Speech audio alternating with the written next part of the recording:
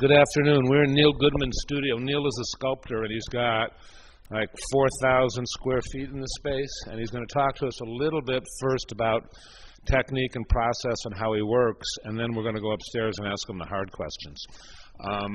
Take it away. All right. One of the You have to hold us like close, like that. What's that? Like that. I have to hold it close. Okay. Yeah. Essentially, the biggest problem that I see for most artists is they don't have a good working methodology, and that means that when you go to, you're making me talk quickly now because I don't want to bore anybody about process, but one of the things that I think that the biggest problem with artists have is that they don't set up their ideas before they go into the studio. And the worst thing you can do, in my book, is to go into your studio, sit around, and try to come up with an idea. It's better to be very focused about what you're going to try to get accomplished when you go into that space, and to use that space as a workspace, and when you're done, just to leave. So you don't overdo it. It's like over drinking or something. So you don't want a hangover for the next day that you've tried to push yourself past where your psychic space is at that particular moment. Okay. For myself, because my work is so really, I have to generate new ideas, and I have to figure out how to make things in preliminary models before I actually make large-scale sculptures, because the pragmatic reality is that if you make a bad large-scale sculpture, you've eaten a lot of money that you're not going to get back. And so what you want to try to do is you want to try to do as much editing as possible before you get to that point of working in a commission, presenting your work to a client or for a public art competition or whatever, because you only get really one shot. And if you're not well prepared, even though you might have good intentions, people look at what you've actually done. So in order to do that, I go through a lot of steps. And one of the things about my work is I'm always trying to move it forward, but I'm trying to but you basically maintain the kind of aesthetic that you naturally are born with, or that you essentially like. Like, for instance, if you like the Beatles, somebody can't talk you into liking like the Rolling Stones better, okay? Because your natural taste is your taste. What you can do is you can try to extend your parameters for what your abilities are, but your innate kind of wiring is not going to change substantially. So, like a lot of artists, also, everybody's at different points in your career. We're always like at a different point in your career. Every artist is still becoming, but a lot of times people ask about a strategy, how do you get from point A to Z or something? And, my idea is always, you have to make the work that you love to look at yourself. If you love to look at that image that you make, then inevitably somebody else will learn to love it because it's done with authenticity. If you try to kind of catch a train that's already gone, you're just, that train's already left, and 10,000 other people are already trying to chase that same train, whether it's postmodernism or, socio-political, cultural critiques, whatever. A lot of times, be yourself. So, okay, so what I do is I finished a big show last year, which Paul kindly reviewed. And what happens when I finish a large exhibition is I might work on that show for 3 years, usually because I'm a sculptor, I work slowly. And if the work sells, I'm pretty much wiped out. And so it gives me an opportunity of either working on other projects that come out of an exhibition, commissions, other kinds of, work that is a natural product of an exhibition, but also gives me an opportunity of that's the heater, of trying to develop new ideas. Okay, so in order to develop new ideas, one of the things I try to do is I try to pretend that I'm not the same person when I come in. Okay, I don't have to be that same artist anymore, even though and if I make a really good piece, I don't have to do that again. There'll be work associated with that piece if it's a good one. So what I try to do is I try to say that what's the thing that's the weakest link in the last exhibition, okay? What's the part that I most failed with? Because that's the most interesting place to start. is like your worst link and your best link. Your best link is you think you do a really good piece and everybody loves it, and you say, how can I make it better? And that's harder because it's already good. Your worst piece is kind of maybe has the most interesting information for you. So what I did was I model different parts out of just wax and wood, just different shapes. These are patterns that I took to the foundry. Okay, just little forms, and then these forms are cast in aluminum, and then I sand them and file them, and then what I do is I have the foundry make 10 pieces of each of these. So suddenly I have 20 different forms here, and I've got 10 piles and 10 piles, 10 of each of 20 forms. So I've got 200 shapes. Then I have all these parts, and then I start just to compose. And I can do it relatively quickly. I'll cut them apart, I'll assemble them, I'll reconfigure them, I'll work on drawings. And so the only premise for this particular body of work, this will be a little harder to hear, is that everything from the last show was bottom up. And everything that this body of work is all about top down. So you mean bottom up, it was supported by the floor? Or you just supported by the floor. I thought you had a huge hanging wall. Well, the huge hanging wall one was still attached to the wall. Right. But these are gravitationally freestanding in space. Okay. Okay? So that it's a series of, I really like the wall piece, but I'm trying to figure out how to get it into space. Okay, so I had to figure out structures that would support it. So that's pretty much my premise. So that everything I do, all these parts, the one premise is that I've got to build from the top down. And it just turns the corner. It's like standing on your head rather than walking on your feet. And so what I'll do is I'll work on a series of studies for maybe a year and a half while I'm working on other projects and kind of chip away at them privately, and then if they're any good, then I'll have a show with them. And if they're really good, some of them are really good, then they'll become really large-scale outdoor sculptures, which is the eventual destination. But it gives me an opportunity of having logical checking points until I have to actually come up with an idea for a client, because I can enjoy the creative process. Because that's the other thing that you want to be able to do, is to have fun. Art making is essentially, it's fun. When you get into that creative zone, and you want to get yourself in the place where you get past the drudgery. And there's a lot of, there's an incredible amount of boredom with making art until you reach those little plateaus. So you gotta suck up. Like, this stuff was like 6 months of, when I was starting just making 20 different forms, I had probably 300 parts, ideas, sketches that all ended up in the garbage can.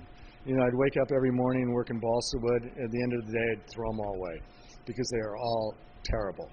And that was just part of the deal, until you figure out what you're looking for. Okay? So that's essentially, if anybody has any questions, I don't know what your level of interest is, or what's relevant to you, because I know everybody's in very different places in terms of their interests. Yeah. Yeah. So you have this sort of plan that you're composing with these cast pieces for a year, say, for a new body of work, but you're also working on these other things. Are those for other bodies of work, or? Yeah. Well, at a certain point, because I've been doing, I'm going to be 60, so I've been doing this for 40 years. You're so hardwired. You can continue like 3 or 4 in totally different bodies of work without any kind of crossover. And they're all interesting. And even going back to a problem which you thought you solved 2 or 3 years ago, you're still, every time you do it, you're still learning something new. It's a little bit like, Well, I was telling Paul, I'm going to Leonard Cohen concert tonight, who I've loved since I was 13. And he's just an artist who always spoke to me. And it's interesting how, like even a great song like Suzanne or something means one thing when you're 32 for him and different when he's 75 or 78. You give it a different kind of life. So that it's not such a bad thing to be able to, kind of chip away at something you thought you were already okay at. Okay. Yeah. You said that you had worked on your last show for 3 years. Mm-hmm. At what point did you know what the show was about? Was it from the very beginning, or what was the one theme that was going through the show?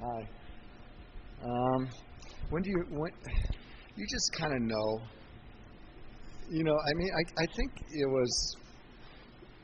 You hit kind of a good sweet spot with your work when you feel like it's ready to leave.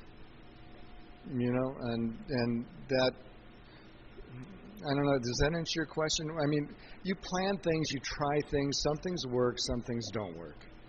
Sometimes it takes a while to get,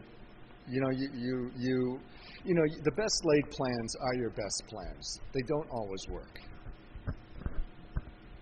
But you hope that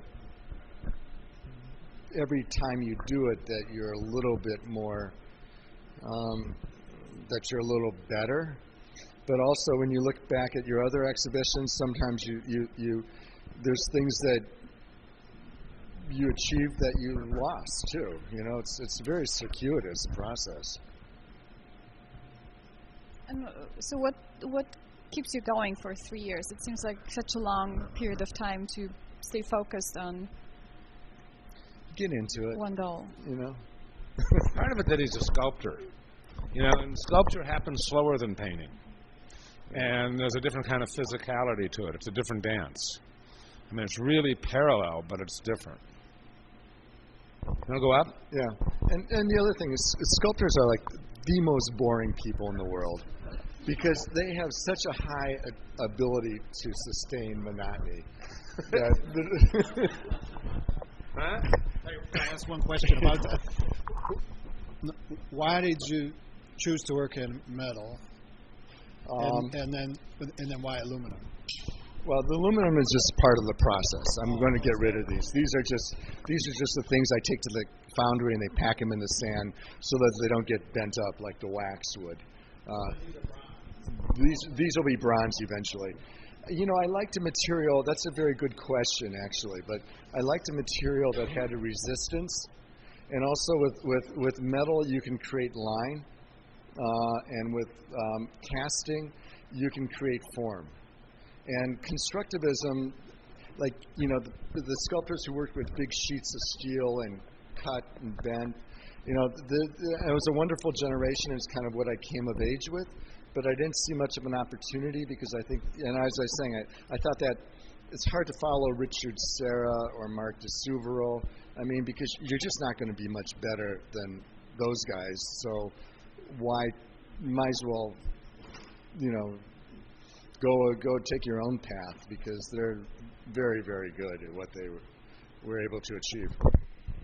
Can you talk a little bit more about the process? I'm just curious how I'm a painter, so. Oh, okay. The process is first I have a bad feeling. Okay? No, I mean like something's bugging me about what I'm missing. Then I start to draw in my journal, and every night for an hour and a half before I go to sleep, I draw. And I usually have a scotch or two with it. I drinking and drawing, but don't drive. And then I start working on models. And then at a certain point, then I start to be able to materialize what I'm looking for. A lot of times it's maybe it's something I saw, that sparks it. Maybe there's always something you're missing. See, making art is like a clue. It's like a detective story. You're trying to solve a problem or a puzzle. The puzzle can be the narrative of your life. Could be a form that you're looking for. I mean, there's always some mystery about it. And so what you're hoping to find is that clue that allows you to figure something out that you didn't figure out before. And in doing that, you've got to try to spark your brain at least my brain. And my brain is, goes slow with this stuff because I've done this. It's not so easy to keep coming up with new ideas.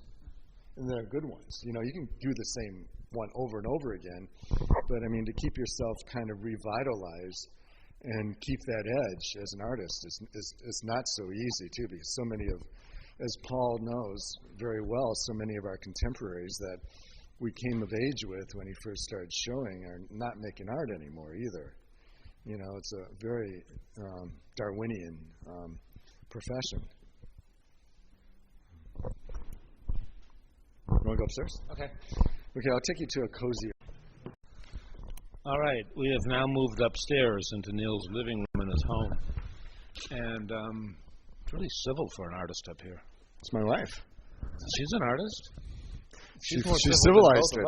Yeah. She civilized it when we got married. All right, so you were talking about downstairs about doing something that takes a couple of years to develop your ideas and move them along. Is this pretty much done in private? Do you get your wife's counsel? Do you get your dealer's counsel? Or is it mostly up to you? And yeah. Well, the thing that's actually a good question, because the thing that happens when you're an artist is you're taking a private vision and you're making it public, right? And that's why you can move that closer. You're going to fall off your. Yes, Mom. It's the sculptor in me that doesn't like the asymmetry. Okay, but what you're doing is you're trying to do something private, and you're trying to find an audience for it, which is, I'm sure, why you're taking Paul's seminar. And the thing that happens is that it kind of works two ways. One way is you can get people, like your peers are really good to give you advice and to tell you what they think. On the other hand, your peers are really bad at a certain point to tell you what they think. Because some ideas are like children. They need time to develop before you put them out in the world for other people to give you their thoughts. And so I like to work in private. My kids will tell me what they think sometimes. Isn't that annoying? Yeah, they're used to it. They grew up in the studio. So my wife, she'll give me advice when I need it, when I ask. But usually too, at a certain point, you really don't want to hear what other people have to say about what they think about you or your work. You just want to get it out. And some people are going to love it. I was thinking about back in the New Art Examiner days remember that I was telling my students last week when we were having a critique, and I was telling them about the worst review I ever got in my whole life. And am I part of the story? No. Good. No, it wasn't you. But it was a well-known artist, and she wrote an article on my work, and it's 25 years ago or 20 years ago. You forgot it immediately, right? No, I remembered her, and she just hated it. She just said I was probably one of the worst artists she had ever met, and it was vengeful and mean, but it kind of sparked my interest in what I was doing wrong. And the irony is that I went to see a show of hers last year, and I actually really liked it. And I wrote her a nice note. So I'm not sure if she, because I thought the work was actually pretty good. And sometimes some things that are maybe not always great to hear right away challenge your aesthetic and what you think about, maybe a certain kind of smugness that you might have had. Sorry, you show in Chicago with Perimeter Gallery, and we did a visit with Frank Pollack at Perimeter last week. Right. And I want to know, so do you and Frank have a dialogue about what the show is going to look like? Does Frank say, I think we really need stuff that's hanging on the wall and not freestanding this time? Or because I've shown too many other people that are freestanding, or these kind of conversations don't happen? It's like, this is what I've got in mind, Frank, and Frank says, okay, cool. That's pretty much it. Because you have an established dialogue with the dealer, and they know that some shows might do really well and some shows might not do well. And with the dealer like Frank, he's more interested in what you are as an artist. I think the dealer has to make money because they have to stay in business. On the other hand, they're not necessarily as Machiavellian as often as what they can give credit for. I mean, Paul had a big show of my work at the end of his gallery, and it wasn't a show that was going to really be able to make a lot of money because the work was in fiberglass, but he thought that the work warranted an exhibition, and he wanted to show it. So this was really an anomaly, because Neil was showing with Frank Pollack at Perimeter Gallery, and I've always liked Neil and his work, and I said, Frank, I want to do a show of Neil's stuff. I don't want to step on your relationship. I'm not trying to steal your artist. And I really like this work, and I don't know that it's going to sell anyway, but can we work in cahoots with one another? And that's what happened. And it was fun, and it was, sometimes you make money, and sometimes you get a big job later, and sometimes something else happens, there's no, some people have do you want a business plan? I don't really know how that works. I just always thought that if you try to make the best work you can make and try to show it in a way that doesn't degrade the work, then eventually something might happen. Some people have careers that happen really quickly. Other people, most artists tend to have careers that happen much slower. Some people have moments like Wesley. That's a wonderful drawing of Wesley Kimler, who are you going to see him or? No, but we've been to his place and he's done webinars, so if people want to check in on Wesley, they certainly can. But that's a Wesley Kimler, K-I-M-L-E-R drawing on the wall that Neil's talking about. And he's a wonderful artist, and when we were young, we both showed at a very good gallery, and he did really well for a long time, and then less well, and then pretty well again. I don't know how I think he's doing okay for himself, but careers are more like the entertainment or the acting business. You don't have a guarantee that they're always going to be the same. Is your perspective after 40 years of making art, what would you have said if you can remember accurately 20 years ago? Were you ever anxious? You don't seem very anxious. That's a good question. Anxious about... But I hear a lot of emotion. Like downstairs, you lay out something which is seemingly formal. You say, I work, and I hear that you come in and you have a very specific work. But then underneath all of that, you're like, nah, if I don't feel like I'm going to work, I'm not going to push it. I just go home. So Right. I'm trying to... Well, it's the rhythm of your life. You've got to. That's the hardest thing for artists, I think, to develop is work habits. And I would say that if I had any one elixir for success, I would say make art making part of your habit in a day. It can. If you have an hour a day, spend that hour a day and do it.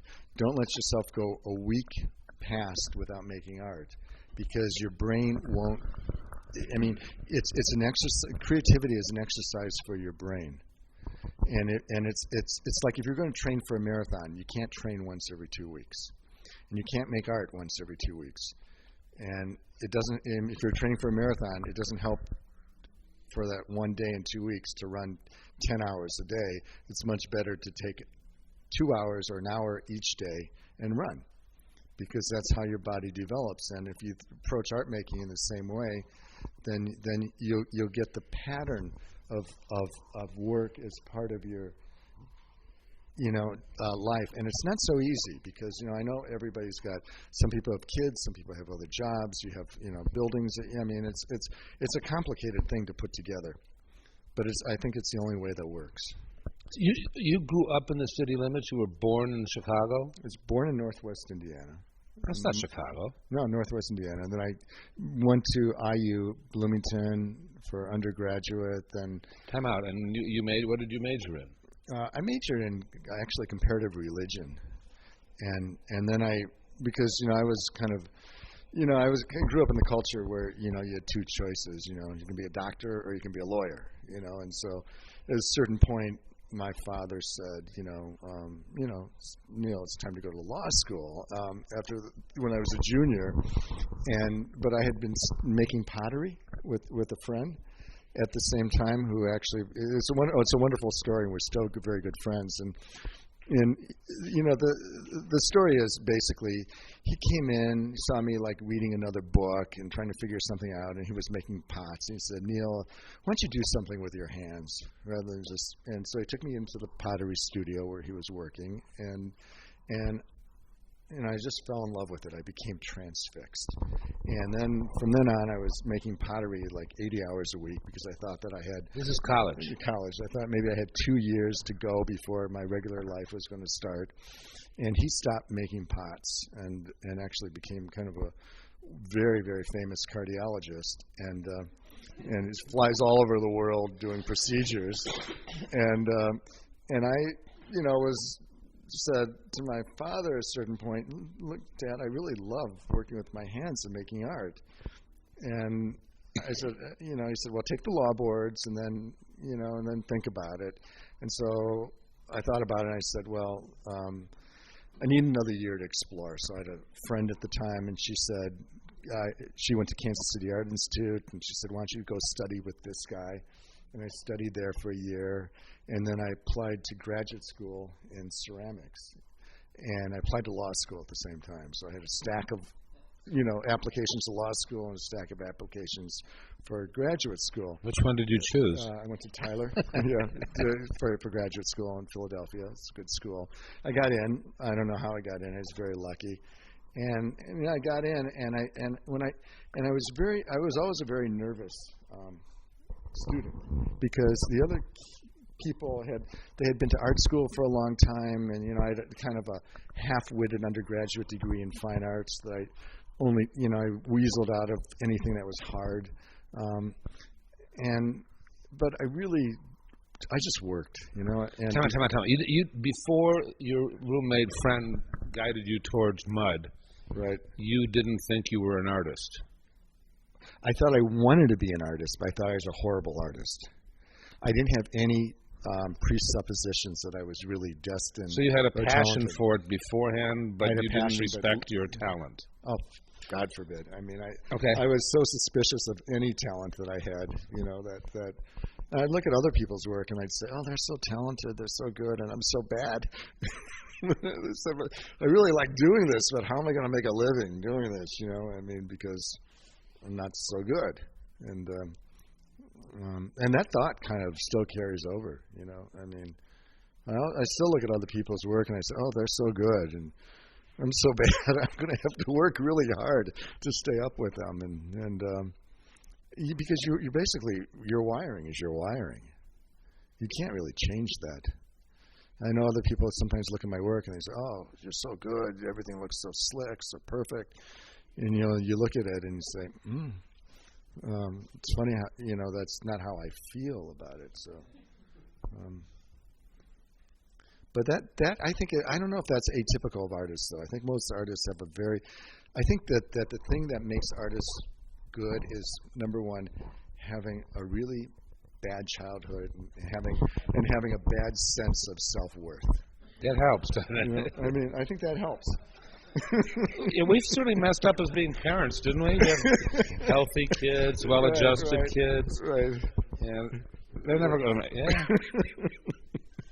I don't know. All right, so you got out of Tyler and you said Philadelphia, Chicago, and came right back. Right, I got a teaching job at Indiana University. Oh, you got a teaching job pretty much immediately. Yeah, right. And so I said somebody offered me a job. I was teaching 2 days a week, and I could make a living, and I set up a studio and just got to work. So this is one of these ongoing discussions that we have, is, you know, the desirability or lack thereof of teaching, and whether it gets in the way of a career or enables a career, and finding out. So you've been teaching there ever since the beginning of time? I've been teaching for 35 years. You got 34. tenure yet? I'm practically a tombstone there. And how many days a week are you teaching? I teach 2 days a week. Just like in the beginning. I've had to do chair and other things before. Do they have part-time faculty there? We do, but it pays badly. Yeah, but I mean, is it as embarrassing as the School of the Art Institute? Equally, probably worse. So, all right, this is a really weird thing about, you know, art schools, is that they hire a limited number of talented faculty full-time and give them benefits, and Neil is one of those. Mm-hmm. And then they hire adjunct faculty that teach like one class, maybe two a semester, which doesn't sound like a whole lot lighter load than you have. Right. And they don't pay them well. They don't give them any long-term security. They don't get any benefits. And they don't, you know, I don't know. I find it disrespectful. Well, it is like the colonial system. Yeah. I mean, it really is. And the universities are increasingly becoming like that, with tuitions going up and the cost of benefits, and that's a whole other, that's a discussion that we don't need to go there, but it's just not art students, it's across the board, with particularly with liberal arts. And okay, but so now, all right, so, you know, we met a while ago with Jason Sullivan, you know, and Jason talked about, I mean, you know, some of the mundane things you think about, like buying a house, and that without a steady salary, it is frequently hard for the lender to wrap their head around, where are you making money? And, you know, as an artist, they don't quite grasp that, or being involved in the arts, so that you've got to start showing them tax returns, and, you know, then they try and extrapolate, but they're real reluctant. So, but also I think teaching can get in the way of being able to focus on your aesthetic. You teach, you talk about aesthetics, you come home, and then you want to go to that kind of vapid space where you let ideas happen instead of forcing them to happen. And it can be difficult, I think, to focus on or let an aesthetic evolve. Can you address some of the pluses and minuses? I mean, I think they're trade-offs to having a nice teaching position. If you could get a good teaching job, it's a great life. I mean, it really is. I mean, because you've essentially, it's a nice way to interact with people for the most part. You know, you get some difficult students occasionally, but you also get really wonderful students. For me, it's just what I've done, so I'm used to it. For other people, it might not be the best. You know, like every you know, like, I don't know what you do for a living or what you're trying to do or what you're trying to achieve. So I can't, you know, most of my students I know individually. I know what their trajectory is. But, you know, the biggest thing is that you have to find things that work with your nature. You know, I mean, you can be, if you want to be an accountant for 3 days a week, and that gives you a livelihood, and you enjoy doing that, then that's a wonderful thing to do. But if you're doing something that's so painful for yourself to support yourself, then that follows into the rest of your life also. So, you know, so there's no right way to do it. What days do you teach? Tuesdays and Thursdays. Daytime. Daytime. Grad or undergrad? Well, we don't have a graduate program. Are they art students, or are they people taking art classes? A mix. And it can be challenging. But, you know, you got to have a sense of humor. You know, if you're going to be a teacher, you got to be entertaining. Because, you know, I mean, people can, and you have to have moderate expectations for some groups and more so for others. And some people will go on to be other artists. Some people will just be more visually literate, you know, and that's important. We'll look at things differently, and some people won't get anything at all, you know. Are there things you do to push your career? as an artist, not a teacher? You know, I try to make the best work I can. I mean, you know, I had when I moved to Chicago, it was kind of the heyday of the kind of Harry Hu and heavy steel guys, which, you know, that time has passed. But that was the reigning aesthetic. And I came from the East Coast, and my interests were much more. I wanted to make. Well, that's a piece from 20 years ago, 25 years ago, I think. It's cast bronze, and you know, I was looking at. You know, I was thinking about Chardin. I was thinking about Morandi. I was thinking about Giacometti. I was, you know, my aesthetic was very different than what was people were interested in the city. And so it took me quite a while to have anybody that got interested in my work. But it was my work, so it was a little frustrating. On the other hand, it gave me a lot of time to develop. So, you know, it's kind of like, you know, so it's always good news, bad news with your art career, because sometimes the things you most want to happen are the things you're least ready for them when they happen. And if you're going to, like, you know, everybody wants success. You know, I mean, most artists who say I'm just working for myself are basically lying, because people don't just want to work for themselves. They want people to like their work. Okay, and that's just human nature, and there's nothing wrong about that.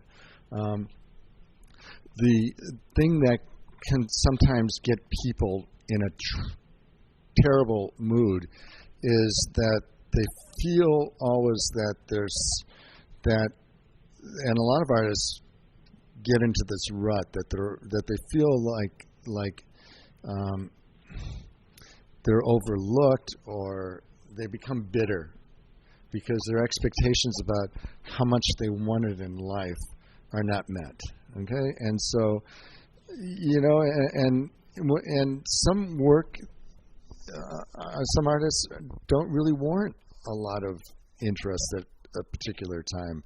That their work would grow and develop if they gave it the time to let it mature. So that sometimes when things aren't happening for your career, it's information that you can really that gives you a way. It gives you a certain kind of freedom. You know, when I'm really busy, I got a job here and a job there and a job there. You know, it's work. You know, and then sometimes when the phone stops ringing, I'm thinking, oh, nobody likes me anymore. You know, nobody's going to ever hire me again. And then I get into that mode of, gee, I'm just working. And then when I have to do a job, it's like, oh God, I got to do a job. You know, I mean, so. But do you push to try and get more galleries, more exposure, more museum attention, more venues for your work, larger pieces, more public commissions, or is it more laissez-faire? It's pretty laissez-faire. I mean, I've been working with somebody in California now. I think I'm starting to. I've had, you know, I guess, okay, here's the thing about a career. You can work real hard on it, or you can work real steady. I work real steady, and I've always, it's my nature, though. And I've always had, I've had the good relationships with all the people I've worked with. And I mean, I work with an interior designer with Richard Interiors for 33 years. And we've done projects all over the country, and there's lots of sculptures that are commissioned, and you know, as well as commissioned furniture, and I've worked in really amazing spaces. I've gotten to meet wonderful people, and some people have started and they just hired me for something decorative. But then they've come to the studio, and that table that I made then turns into a big sculpture commission, because they start to understand the language through the way that they can understand the language. And maybe not everybody can understand sculpture right away, but somebody can understand the difference between something handmade or how something works in a site, and then it turns into a different kind of a job. So it's, you know, so that the most important thing for a career for me at least, I'm not, and I can't speak about anybody else, is to do what you say you're going to do and to get it done and to be polite and courteous to the people you're working with, because nobody likes, nobody needs to hire somebody who puts them in a bad mood,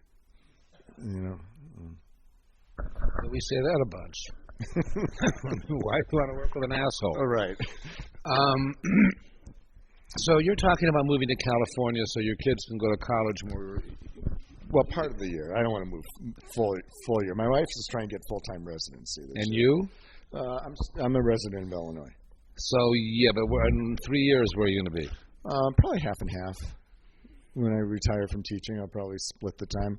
I like Chicago, and I like California. I mean, I'll see what opportunities are, what work. I mean, I might end up with a lot more work in California, right? I just like working. I don't really care where I'm working. I've worked all over the country. Even though my career is essentially based in Chicago, my projects have been all over the place. So I don't know what holds. Why would you stop teaching? I'm kind of done. I mean, my retirement age is hitting, and there's no economic benefit after a certain point for me to keep teaching. And you make similar money not teaching from the school? I would make about the same. And so I have a good package, and so I'd like to be just a full-time, and I like to, every time period in life has different opportunities, and I've taught for so many years, and I really try to be a good teacher when I'm teaching. I really care about my students. I'm really focused as much as I can. My nature allows me to focus, and I try to do a good job. And I have other things I want to try out. I'd like to build maybe one more big studio someplace, to really, I have, I just want to keep going forward in a way that's... Have you ever attempted to cast your own work? I have for years. I still do. Small Where? pieces. I had my own foundry for about 20 years in Pilsen. I remember that in the backyard. Right. And then I built one at school, but I like sending it out more now if I can. So that's not an objective? No. The labor is not. The ambition for... I think you're at a certain point in your life where you have so many years ahead of you, right? Because lifespan is finite, and you have so many ideas you'd like to realize. Well, I have some really big ideas I'd like to... my ambition is to create the perfect sculpture, or the perfect relationship between sculpture. It's never been like a big economic motivator. As long as I made enough money so that my family could survive, and kids go to college, and whatever, that was fine. Because it wasn't. I work with a lot of wealthy people, or for a lot of wealthy people, and their life is fine too, but it's not like, if I had 10 times as much money, I wouldn't be 10 times as happy. I'd be probably about as happy, and probably maybe a little happier, maybe, but not, but not like 10 times happier. So.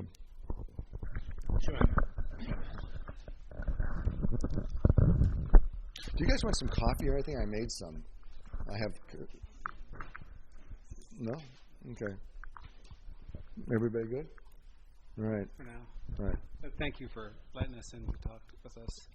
I have a few questions that came out of downstairs conversation and just now. One, could you talk about how your projects go national, how you've managed to get all these different projects? Is that mostly through designer, through the gallery? Pretty much. Through the two of them And together? then sometimes people call me up. Okay. And was that something that you actively pursued at some point, or did it just kind of continue to evolve? Or? That's a pretty good question. Generally what happens is that I'm interested in doing a big piece when I have an idea that warrants a big sculpture. Right. Okay, and then like the ones I'm working on downstairs, I always try to find the ultimate destination of where the sculpture should be in terms of height and placement. Okay. And so when I'm ready for that, then I'll look for a job, or I'll find somebody who wants to hire me, or, you know. So you'll have a big idea, and then you'll see if you can find someone who's Right. interested in it? Yeah, that's the way I usually do it, because then I'm motivated. Right. And if I'm not motivated, then I'm just not ready to do it. Because a big idea is a big time commitment too. Yeah. You can lose, like, I built a whole sculpture project for the university where I teach. That's the fiberglass pieces that Paul showed in the gallery, and there were 10 large-scale pieces. But it took me 5 years of my life. Right. I mean, I did associated other projects and studies with it, but that was a long time to concentrate on one body of work. And with all the drudgery of the castings, the enlargement, the fiberglass, the cranes, the grinding, the welding, the patination. I mean, and it was really good for me then, and I'd like to do it again, but I don't want to do it with the same body of work. Right. Okay, So I work, and some of my pieces take 3 years to come to fruition, and I've lately scaled back to make smaller pieces because it's just hard to work big, and if you don't have a destination for them. So that answers that question. But in terms of, say, you mentioned you did a little bit of public art and you do commission work. How much work do you do? What's the ratio between indoor and outdoor? Probably 70% indoor, I would say. Really? Okay. Mostly, I like indoors the best. It's my comfort. It's kind of my zone. Right. The outdoor work is harder because, you got to deal with bases and I don't, and preservation and all the other problems. And then also wall to freestanding or wall to hung. I guess hanging a piece is probably similar to having it on the wall. Yeah, that's a very good question though, because it's not. I don't know. It's not a good question. No, that's a good question. Okay. Because did you take them to see your project in McCormick's Place? No. Why not? You orchestrated this whole thing for 3 years. You worked on it or something. That's a good idea. Yeah, I know.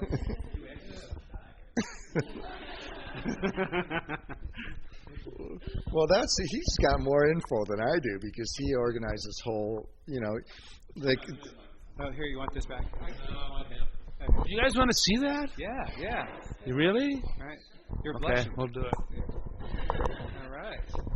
Well, it's interesting because Paul, when that space was designed, there were so many spaces available for artists, and what he had to do was he had to be sure that he found the right artist for the right space, and then had to be sure that work was timely and installed correctly, and was also adventurous.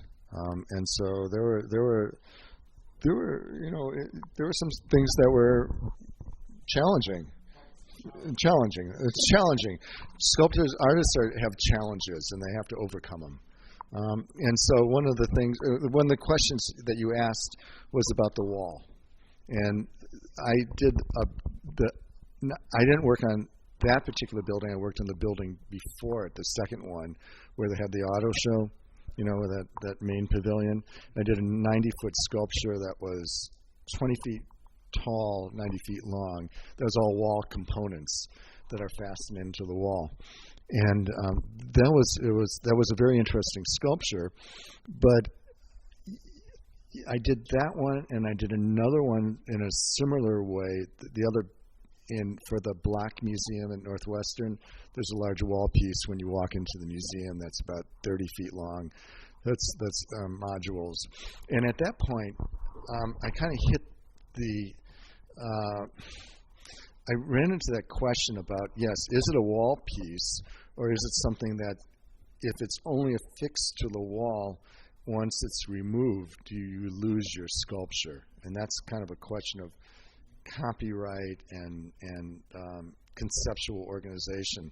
And so what I'm saying is, like, if you have 15 objects and you stick them on a wall, okay, and you create the perfect relationship between those objects, and they're perfect in that space, then what happens is the nature of time says that things undergo renovations. Walls have to be painted, facilities are, like you don't necessarily want to keep the same thing up forever in your house. You just put an addition on or something. What happens essentially is that you lose, if any object is removed, that piece is like cutting like a quarter off Wesley's drawing, and it's essentially not a work of art anymore. It's part of the work of art. But with a sculpture, that happens in the same way. A modular sculpture, you're even more susceptible to that, but people really don't think about it like that. So what happened after McCormick's Place in the Block Museum is I stepped away from affixing things directly on the wall, because I thought it was too big of a responsibility for the building to have to reconfigure those if they changed their usage. And also I didn't want to get to like 85 years old, if I survive that long, and see all my work kind of taken off the wall. And so for the hanging piece, I actually devised a whole system where those pieces could be, those large wall pieces, could be easily reinstalled to a different place without losing any of the composition. Yeah, so I took a 13-year sabbatical from wall pieces because I couldn't get my it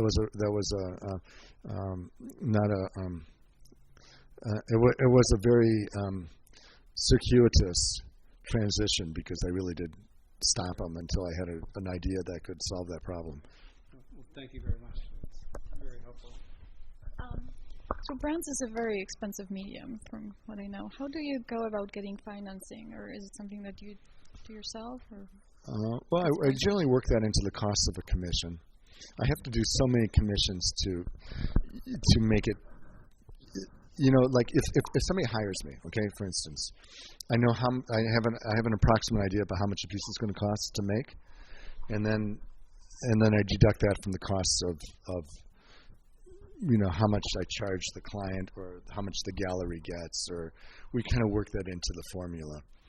And then I've got to do enough commission work to actually make extra dough so I can cast the pieces that are speculative pieces. But even no matter what you do, you have to be careful, because you don't want to waste a lot of money unless you work that in. Does that answer your question? When you're working in the cost of the piece itself, and let's say we take out all the hours you spend at night drawing and even the model making, do you think of it in terms of shop time? I mean, do you? Oh, no, I don't, actually. Okay, so you're just talking about like the cost of materials, the cost right. of the foundry, the cost of the riggers and the grain and all that kind of stuff. Right. Okay. What I do recommend, though, if somebody wants to hire you for a piece and they're serious, that you do charge them something to get going with.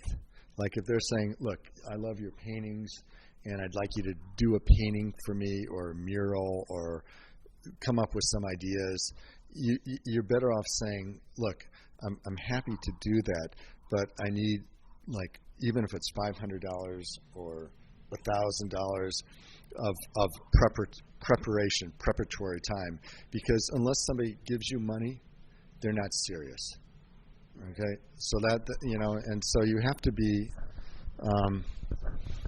You don't have to ask them for a lot, but you should get something, because they're not going to value what you do, just in terms of getting the job. So let's be clear, because one of the things that artists ask me sometimes, I'd like to hear it from a different authority, that would be you. Let's say you've got a piece that's $5,000, it costs $3,000 to cast. So what some artists feel like is, if I sell this thing for $5,000 and it's a 50-50 split, I'm losing money. How does it actually work?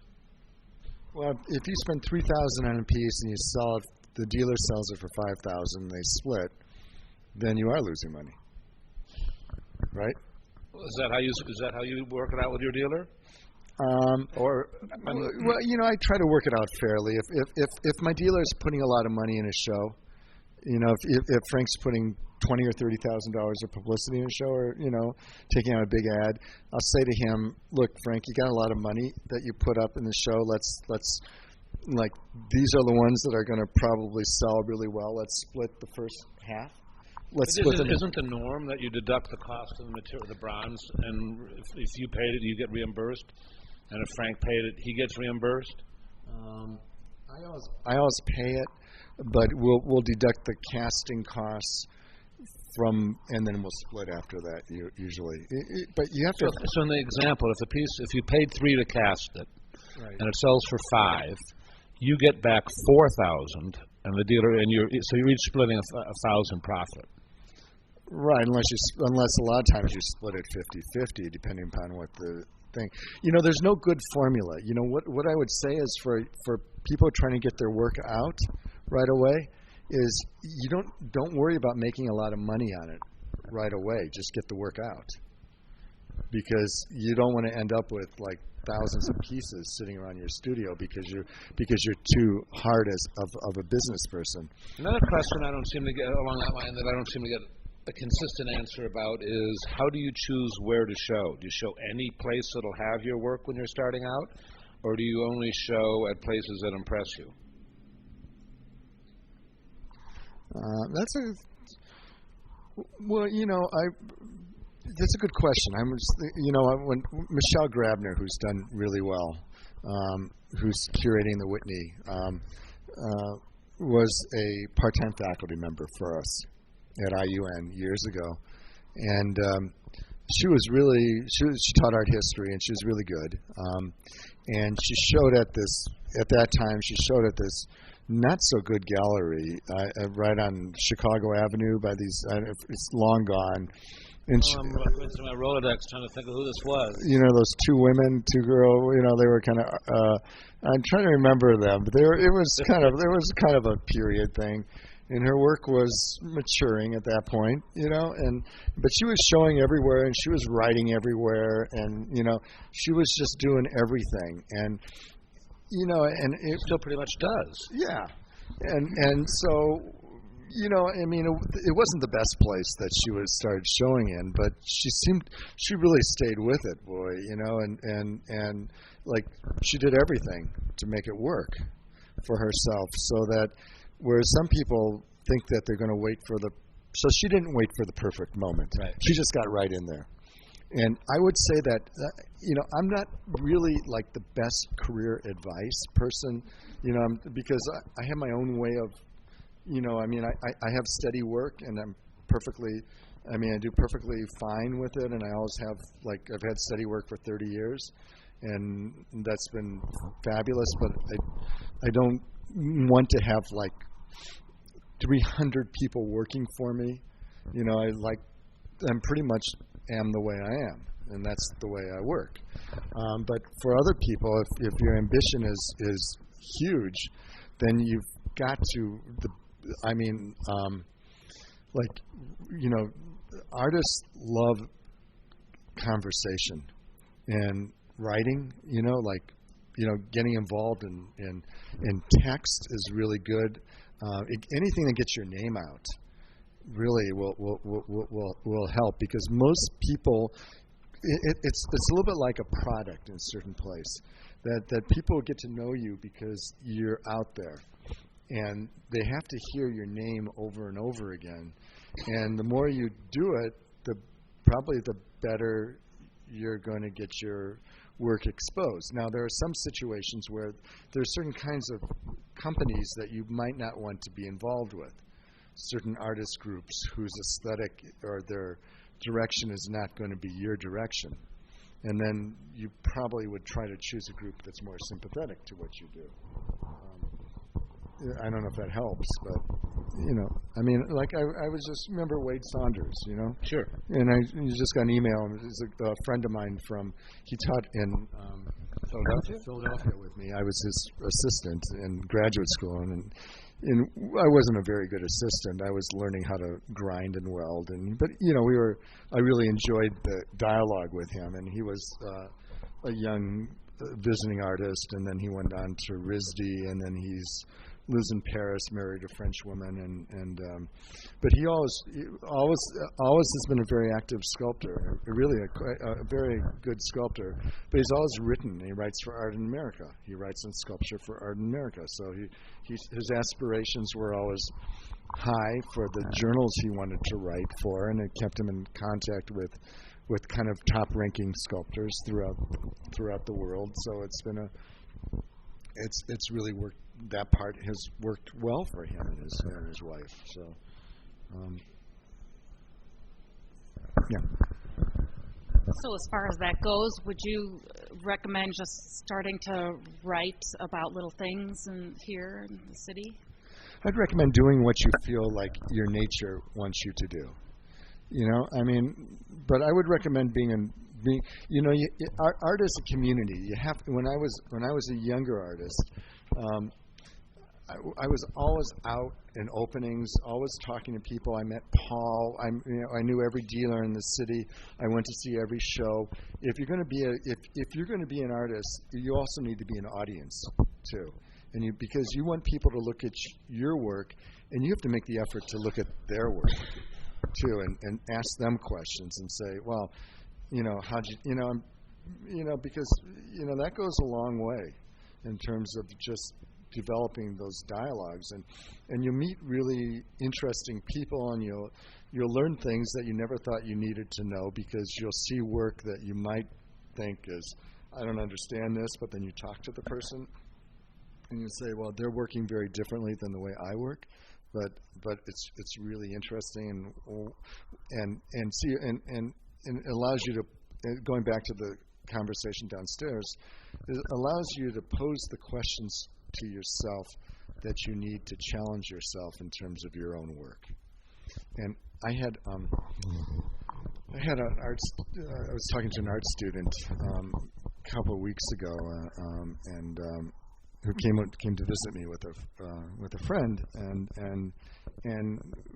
it was, and I asked her, tell me, I asked her what her work looked like, and then I said, well, name 5 artists who you're interested in. Tell me 5 artists who you're interested in. And so, really, and I think you have to know 5 artists that you love. That you have to look at other people's work. And it's really important to read art magazines and catalogs, to see exhibitions, to see everything. Michael Darling, we did a webinar with him ages ago, who's the chief curator at the MCA. And he spoke about preferring to look at artists who are working outside their comfort zone.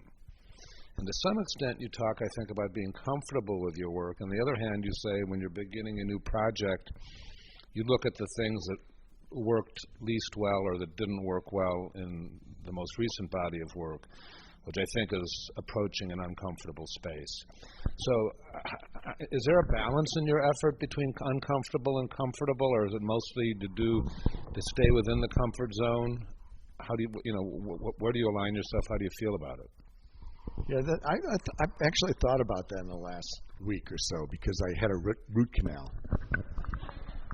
And I thought that here's this guy. And you chose not to do it yourself. Right. Well, here's this guy, and the first thing I asked him was like, "Where did you go to school?" Because like DeVry Night School or something, right? And I said, "Oh, I don't want to be there." So he says Harvard, and I said, "Oh yeah, I'm good. Okay." So and he shoots me up, right? Did anybody ever have a root canal? Yeah. Right, okay. He shoots me up, and I'm really numb, right? And he says, it'll just take about 45 minutes. He does this thing, and he's talking to his assistant, and doesn't hurt at all. And I'm just, like, he just does this like he's sleeping. He's really well, okay? And I'm thinking, well, that's really, like, that's a professional, is somebody who can do something very, very well and repeat that procedure over and over again and discipline themselves to have that same kind of, let's say, outcome. And I was really impressed with that. And I'm thinking, well, what if you put the same quotient to an artist, okay? And we say as artists, we're say outside of their comfort zone, or they're pushing the envelope, or they're like hanging themselves from a bridge with fish hooks and chanting poetry, well, you know, or whatever. And you say, well, they're definitely outside of the comfort zone. But the other question is originality really good? I mean, the whole premise of the art world is based on originality, but maybe it's just a ridiculously stupid premise. Like, you can stand in the middle of the Dan Ryan, close your eyes, and wrap yourself in canvas, you know, and you are original, but you're stupid, you know, and so, you know, and somebody like Ed Paschke, you know, did Ed work outside of his comfort zone? You know, I mean, or did he do what he did really, really well? And the fact that he was able to reproduce those images with the same set of quality over and over again, maybe that made him memorable. Or Ivan Albright or something. Did Albright work outside of his comfort zone? Or was he just so totally in his zone? Or was his zone uncomfortable? I don't know. I mean... So what did you answer this for yourself? No, it's a question, really. I mean, it's just a question of well, you know, I was showing my students Chardin the other day, who I hadn't looked at for a long time. That's why I started talking about him. And I was looking at those paintings, and they're 400 years old, okay? And they were so goddamn beautiful. I thought that, wow, you know, this is amazing that this work is still so sustaining and so architecturally correct, and the color is so perfectly modulated, and the form is so considered, and he knew exactly what he was looking for. But what was he comfortable or uncomfortable? Doesn't matter. I mean, you know, because I mean, ultimately, you don't really give a shit what the person feels. It's what you feel when you look at the work. What makes you uncomfortable? Makes me uncomfortable? Yeah. You know, the biggest fear that I think most artists have is that they will be forgotten and that nobody will want their work, and that you get to a point where you've lost your audience entirely. Victoria, did you have a question?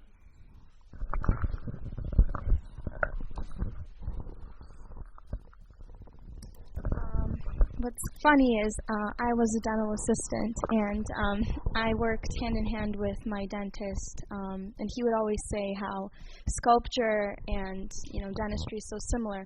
And we would take the molds that, you know, you do imitations for, and we would go in the back after work, and we would take his hands and make sculptures. And so, yeah, dentistry is very similar. Yeah, my father was a dentist. Oh, well, there you go. Yeah, and then he told me, he's like, you know, Victoria, you just need to get out of here. And There's a couple of famous sculptor dentists. Really? Herbert Ferber and Seymour Lipton were both dentists from the 50s. They're great sculptors. One question I had was, let's see here. It was, oh yeah, do you work on multiple projects, or do you tend to have one and then complete it and then move on to the next one? I work on, like, I'm working on 3 or 4 different commissions right now in various places. But, you know, they're kind of paced. So I do work on multiple projects, and sometimes I don't have time to, you know, I'll put one thing away for a while, but I'll always try to finish it. That's the other thing, is that always try to finish your work, because you never know. Even there's always a point in no matter what you do that you've lost interest. It's like any relationship, you know. I mean, like, you're married, right? You fall in love, right? You say, oh, well, you know, my life is going to be wonderful, and then after like 3 years, you know, you realize that, well, romance is a little slack around here, right, or something. And then you kind of think that, well, the relationship has changed, or you learn something new about the person that you never thought you would know. And then you stay with it, and then you learn other things. And sometimes the romance comes back, but it's not the same as like when you were like the first 6 months you're dating, right? You know, I mean, because that's not always sustainable. But a lot of artists, what happens is a lot of artists are incurable romantics in the same way that they date, that they'll, you know, go out with somebody and then fall in love, and then as soon as the romance is over, that relationship is over. But really, that's the part where, when the romance is over, is when you're really starting to see things clearly. And really, that's what's happening with your artwork, is that the romance is the illusion that you're going to be great, that this is going to be beautiful, that you're incredible. The work is the reality, and that's going to have its own flow, and you're not going to know how that piece really is going to turn out unless you take it to the point where it's done. And even if it's a dud, or you think it's a dud at that time, it's going to give you that information and make you complete your idea. Because if you don't do that, if you let yourself stop in the middle, that's the other second deadly sin of art in my book, is that if you let yourself stop in the middle of a project,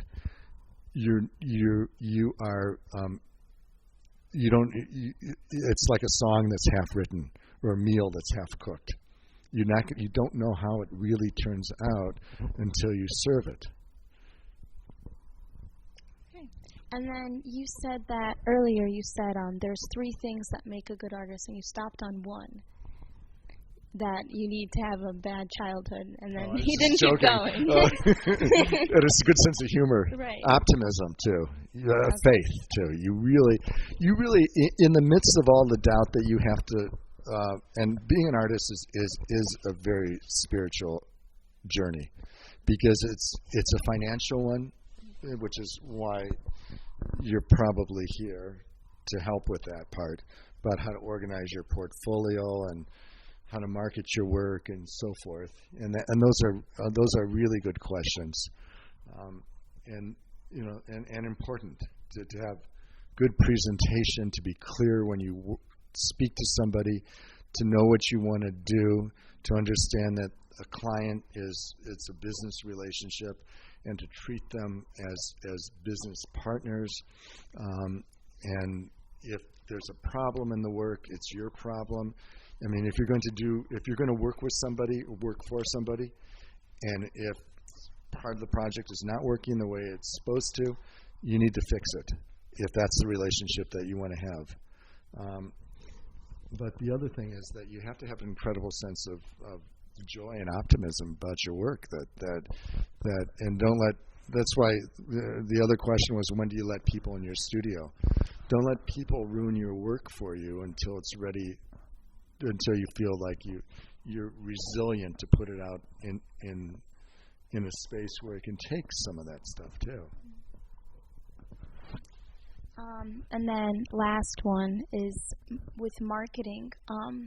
You kind of just mentioned it, and I was thinking, now with like the social media wave, and you said that you're going to take, teaching off, and you're going to focus on your stuff now. Are you going to be integrating that into your, marketing way, or are you just going to leave it to the galleries and to the artist residencies? Oh, like go on Facebook and stuff. Yeah. My junior colleagues do that. My kids do that. I don't know. I don't do it because it's probably a really good idea. People do it. That's the wave of the future, I think. People don't go to galleries the way they used to. They used to go out, and Saturday afternoons was always like everybody would walk around, you'd see your friends, and now it's not so much. People look at stuff, people go to these big art fairs, and everybody looks at the same stuff during 4 days or something, and Like, I mean, see, you know, it was different a number of years ago. Sorry.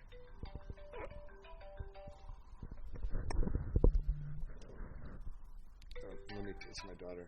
Hey, Hannah. So, okay, sorry. So, all right. So, you know, so social media. There's a bathroom right through the hall. Oh, okay. Oh, just walk down the stairs and be sure the door closes behind you. Hit the handle on the way down. Just be sure it's not open too. Okay. Yeah, I would say social media is good.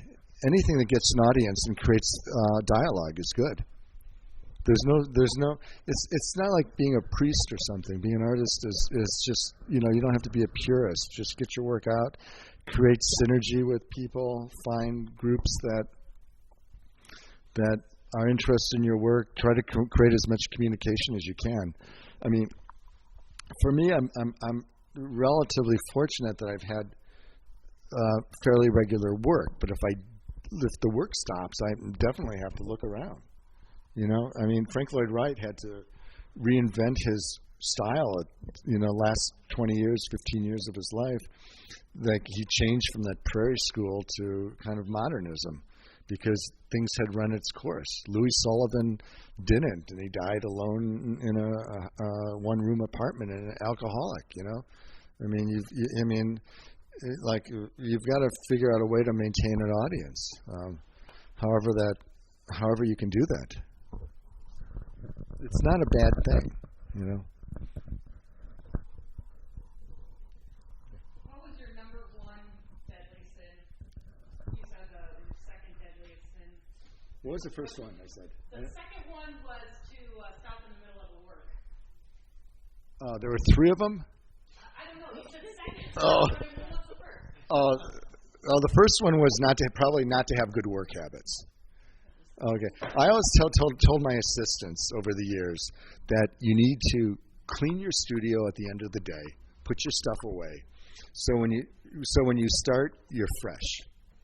Okay, so it's like good habits, you know, are really make your life, and then do something that you have a goal for. Your goal can be really moderate each day. You don't have to reinvent the wheel for yourself. It can be like, you can look at the piece you just did before and you just say, look, I think I'm okay with that idea, but I'd like to just do one thing about that piece that I didn't do for the one before. Make it bigger, smaller, fragmented, you know, change the color, change the frame, whatever. Just throw one thing at it. You don't have to look at the work and say everything I've done is wrong. You just have to figure out how to tweak it, because in doing that, if you do that every time you do a piece, a year later, your work will have evolved considerably. Yeah. I agree about the spirituality of making art. I wondered if you had any tips for being able to focus when you have a family and a life and other distractions. It seems it is difficult for me to get in a groove. Do you find your habit of working contributing to that, or any other ideas? It is really challenging. There's no question about it. You just have to say that that's the biggest challenge you have, in that you're taking care of your life, and to give yourself, try to figure out a time that you can give yourself sometime in a day or sometime that's yours to work. And if that doesn't work, sometimes it's just a matter of just go see some shows or something. Just keep yourself visually alive. But don't punish yourself for the time that you don't have either. You know what I mean? Because, you know, I mean, it's like you want this journey as an artist to be a pleasurable one, and not something that and that don't create an expectation on yourself that's so unreasonable that you just set yourself up for failures. You know, some artists do really well and they have a small audience. Some are regional artists. You know, not everybody's like Damien Hirst. You know, I mean, and you know, I mean, but you know, I have an okay career. You know, I'd like it to be better. could be a lot worse. I'm thankful to have work. I'm hope that at some point it's going to be better and better. Sometimes I need to quiet it down so I can figure out new ideas. That I'm better off not having work. Thanks.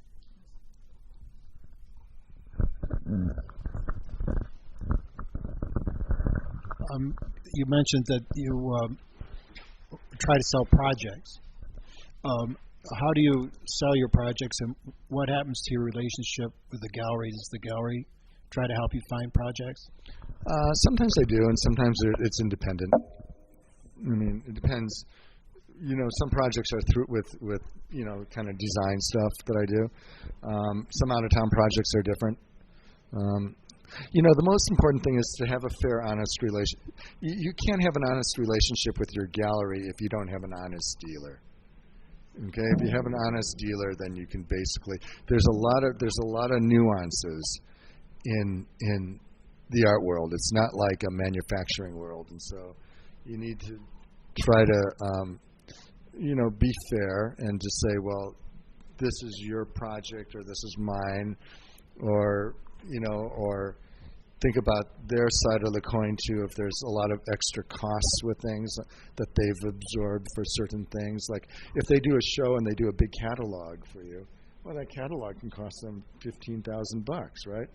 Well, they have to figure out a way to make up that money too to stay in business. And so you might say to your dealer, look, getting a publication is really important. Why don't we use the first 2 or 3 sculptures to pay for the thing? Then you have something you can give to clients for the next 4 or 5 years, and I get to document my work. You got to use a little creativity, with whatever you do.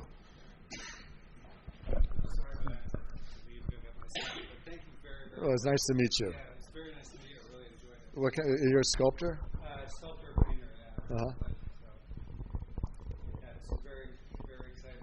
Yeah, great. Well, good luck. Yeah, thank you. Could you? Enjoy California. Oh, thank you. Could you speak a little bit about your relationship with? You work with an interior designer. How that's different than working with a gallery, and how you balance the two, and how you got affiliated with a designer. It was one of the first international art sculpture things, and saw my work, liked it. It was his sensibility. Started using me in projects. It was gave me an opportunity of having steady work when the art world was not as interested in the work. I don't know if that, see, there's other avenues too. Everybody, everybody thinks that they should take the same path. Well, there's lots of different kinds of work.